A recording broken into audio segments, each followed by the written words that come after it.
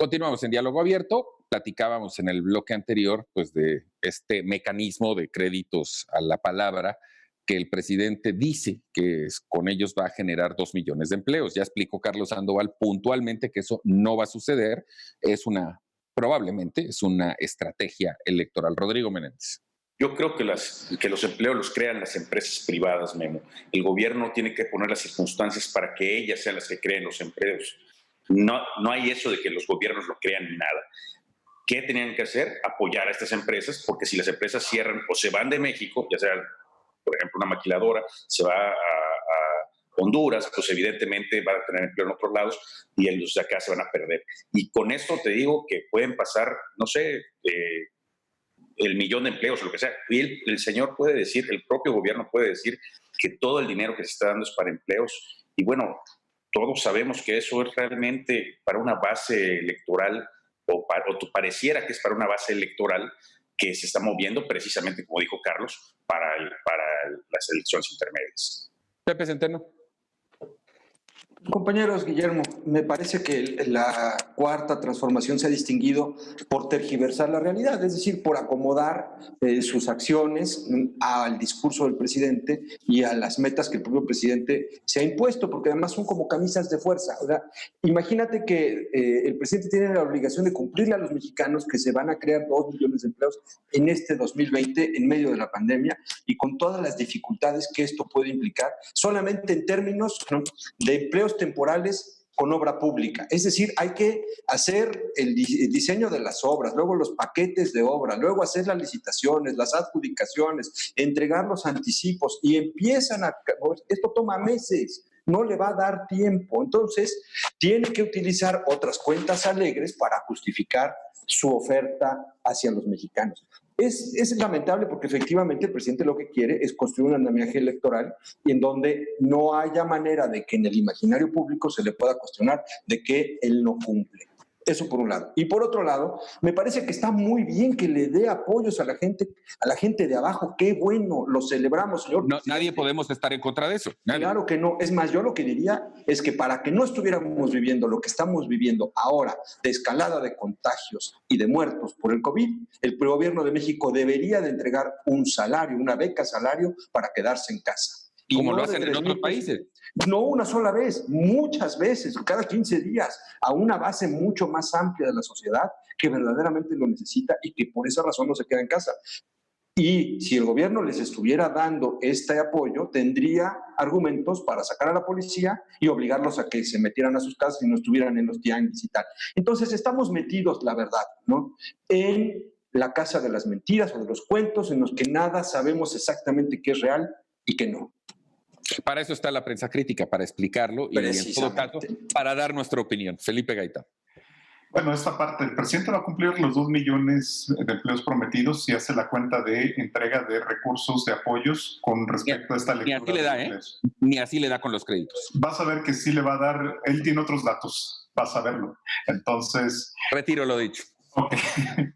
Y la otra es, fíjate que esta parte, como dice Pepe, nadie estaría en contra de esta asignación, de estos incentivos a la población, sobre todo a esta población que está en estos deciles de la pobreza, pero tendría que ser más orientado y con un programa de mayor alcance, no tan clientelar como es la entrega y ahí se queda y bye. O sea, lo que pase después no me va a interesar, siempre y cuando no se mueran o no se escapen antes de las elecciones.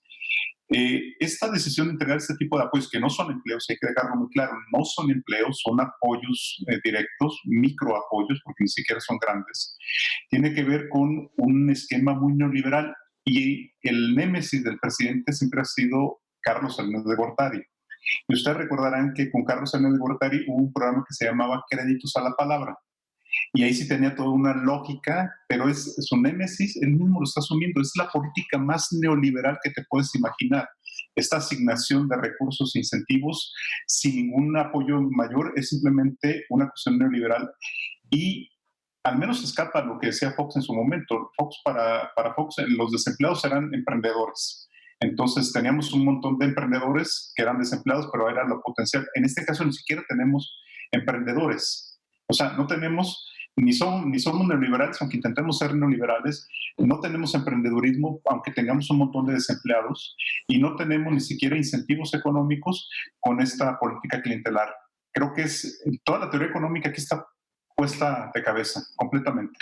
Sí, sin duda, y además, como ya explicaba Carlos, en términos de una proyección prudente como la que dio el Banco de México, lo que nos espera es una auténtica catástrofe, de cualquier manera. Y no le podemos cargar todo a este gobierno, hay que considerar que también la pandemia ha hecho su parte y que ha sido muy importante en ese sentido. Pero bueno, antes de que se nos acabe el tiempo y de que producción nos señale cuánto queda, yo le quisiera pedir a cada uno de ustedes que hiciera su conclusión del tema que quisieran del que hubiéramos hablado hoy. Empiezo contigo, Carlos.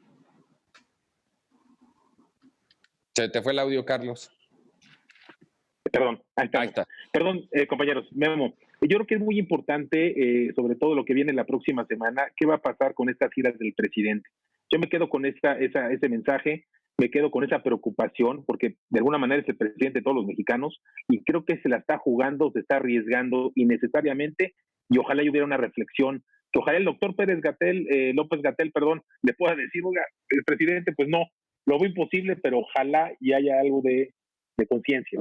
No le hacen caso al doctor López-Gatell, hombre. Felipe Gaitán, tu conclusión.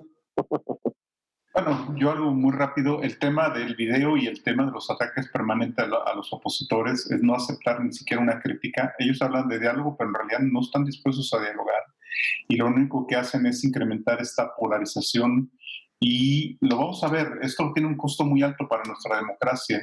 Un poco recupero lo que dice Pepe, esta distinción amigo-enemigo va a abrir el frente de la guerra. Entonces ya estamos en batallas, pero prácticamente lo que vamos a tener es una polarización mayor.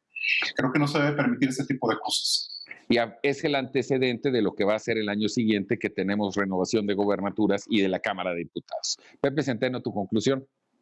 Mi conclusión es que el presidente de la República está procurando repartir el costo político de la crisis que se va a generar con el COVID, ¿no? Y este encierro al que hemos estado sometidos durante más de 2 meses los mexicanos, para que sean los gobernadores, incluso los presidentes municipales, los que carguen con parte del costo, ya con vistas a las elecciones del próximo año.